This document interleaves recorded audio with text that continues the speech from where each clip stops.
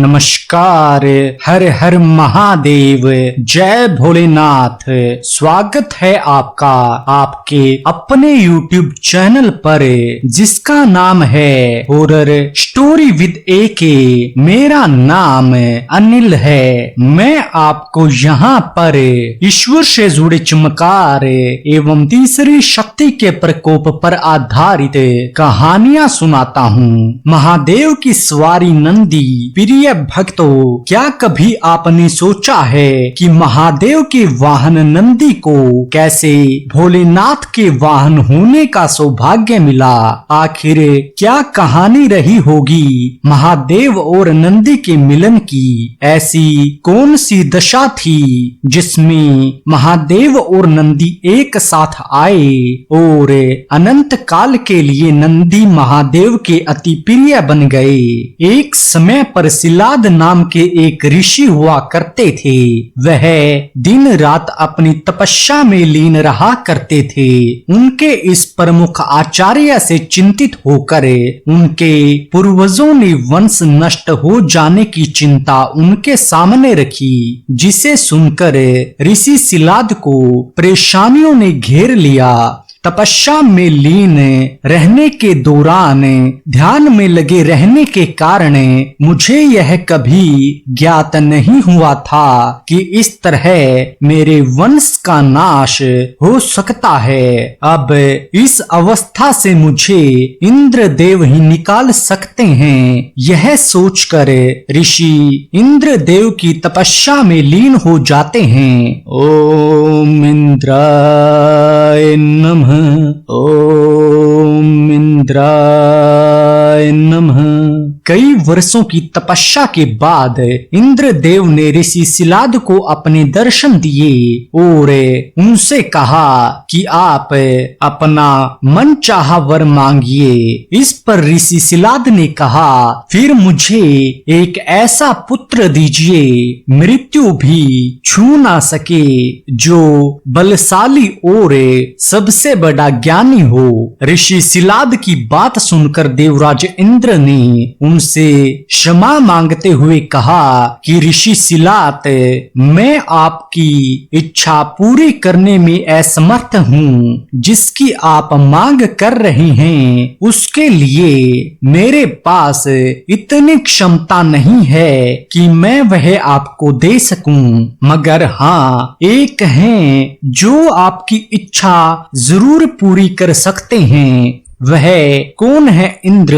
इंद्र ने कहा, देवों के देव महादेव सिर्फ वही हैं जो आपकी मनोकामना पूरी कर सकते हैं। आप उनकी तपस्या कीजिए। ऐसा कहकर इंद्र वहां से चले गए और ऋषि सिलाद महादेव को प्रसन्न करने के लिए उनकी तपस्या में लग गए।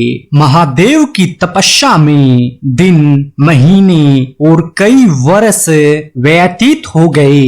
आखिरकार ऋषि सिलाद की कठोर तपस्या करते देख महादेव को उन्हें अपने दर्शन देने ही पड़े। महादेव ने कहा, ऋषि सिलाद मांगिए, आप क्या चाहते हैं? ऋषि सिलाद कहते हैं, प्रभु, मैं बस एक पुत्र की चाहत रखता हूँ जो आपकी तरह हो और जिसे मृत्यु छू भी न सके। तथास्तु, भले ही मैं पूरे ब्रह्मांड का पिता हूँ, लेकिन इस जन्म में आप मेरे पिता और मेरा नाम नंदी होगा। ऐसा कहकर महादेव वहां से अंतर्ध्यान हो गए। जब ऋषि अगले दिन उठे तो उन्हें वहां एक बालक मिला, जिसके पश्चात आकाशवाणी हुई, जिसमें कहा गया कि यही आपका पुत्र है और आपको ही इसका पालन पोषण करना होगा। इस भविष्यवाणी के बाद ऋषि सिलाद खुशी से फूले नहीं समा रहे थे और अपने पुत्र को घर ले गए। इसके पश्चात उन्होंने उसका पालन पोषण शुरू कर दिया। समय बीता और नंदी 5 वर्ष के हो गए। इतनी कम आयु में ही ऋषि ने नंदी नंदी को संपूर्ण वेदों और शास्त्रों का ज्ञान दे दिया। जब नंदी जी 7 वर्ष के हुए तो महादेव की आज्ञा से 2 मुनि ऋषि सिलाद के आश्रम में पहुंचे, जहां उनका काफी आदर सत्कार किया गया। अपने इतनी सेवा से प्रसन्न होकर मुनियों ने ऋषि सिलाद को लंबी आयु का आशीर्वाद दिया। लेकिन जब नंदी ने मुनियों के पैर छुए तो उनका मन दुख से भर गया। मुनियों को उदास देखकर ऋषि सिलाद ने इसकी वजह पूछी, जिस पर उन्होंने बताया कि नंदी के पास अब 1 वर्ष से अधिक समय नहीं है। अपने पुत्र के लिए ऐसी वाणी सुनकर ऋषि सिलाद दुखी होकर रोने लगे। कई दिनों तक जब अपने पिता को नंदी ने इस अवस्था में देखा तो उनसे रहा नहीं गया और उसने अपने पिता से इसकी वजह पूछी। पिताश्री, ऐसा क्या हुआ है जिससे आप इतने दुखी रहने लगे हैं? अपने पुत्र के पूछने पर ऋषि शिलाद ने उन्हें सारी बात बताई, जिसे सुनकर नंदी ने कहा, पिता, अच्छा तो ऐसा है, अब मैं महादेव की तपस्या करूंगा और उनसे लंबी आयु की कामना करूंगा। ऐसा कहकर नंदी जी वहां से चले गए और महादेव की आराधना करने लगे।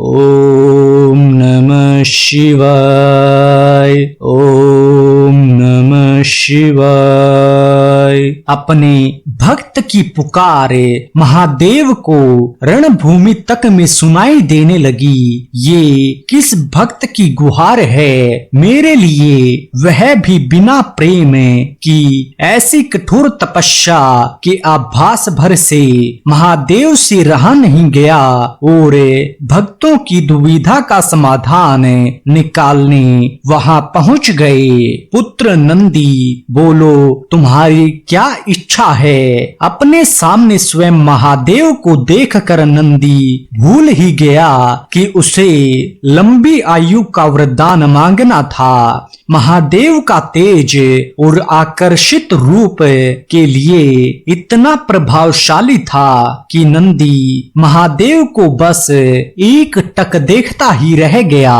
प्रभु ने कहा, नंदी, बोलो, तुम्हारी क्या इच्छा है? प्रभु, मुझे जीवन भर आपका सानिध्य चाहिए। मैं आपके आश्रय में रहना चाहता हूँ। जीवन भर आपकी पूजा करना चाहता हूँ। तुम तो मेरे ही समान हो। तुम्हें मृत्यु से क्या भय? तुम अमर अजर दुख रहित होकर सदा मेरे गणनायक बने रहो। इसके पश्चात नंदी से खुश होकर शिवजी ने नंदी को गले से लगा लिया। इसके स्वरूप शिव ने नंदी को बैल का चेहरा देकर उन्हें अपना वाहन और अपने गणों में सर्वोत्तम रूप में स्वीकार कर लिया। तो भक्तों, इस प्रकार नंदी बैल महादेव की सवारी बने और भगवान शिव के प्रति उनकी इस भक्ति और समर्पण के कारण आज कलयुग में भी हर शिव मंदिर में भगवान शिव के साथ नंदी हमेशा विराजमान रहते हैं। माना जाता है यदि आप अपनी मनोकामना नंदी के कान में बोलते हैं तो वह सबसे पहले भगवान शिव के पास पहुंचती है। आज की यह कहानी यहीं पर समाप्त होती है। ऐसी और रोचक कहानियां सुनने के लिए आप हमारे YouTube चैनल को सब्सक्राइब कीजिए और वीडियो को लाइक कीजिए। धन्यवाद।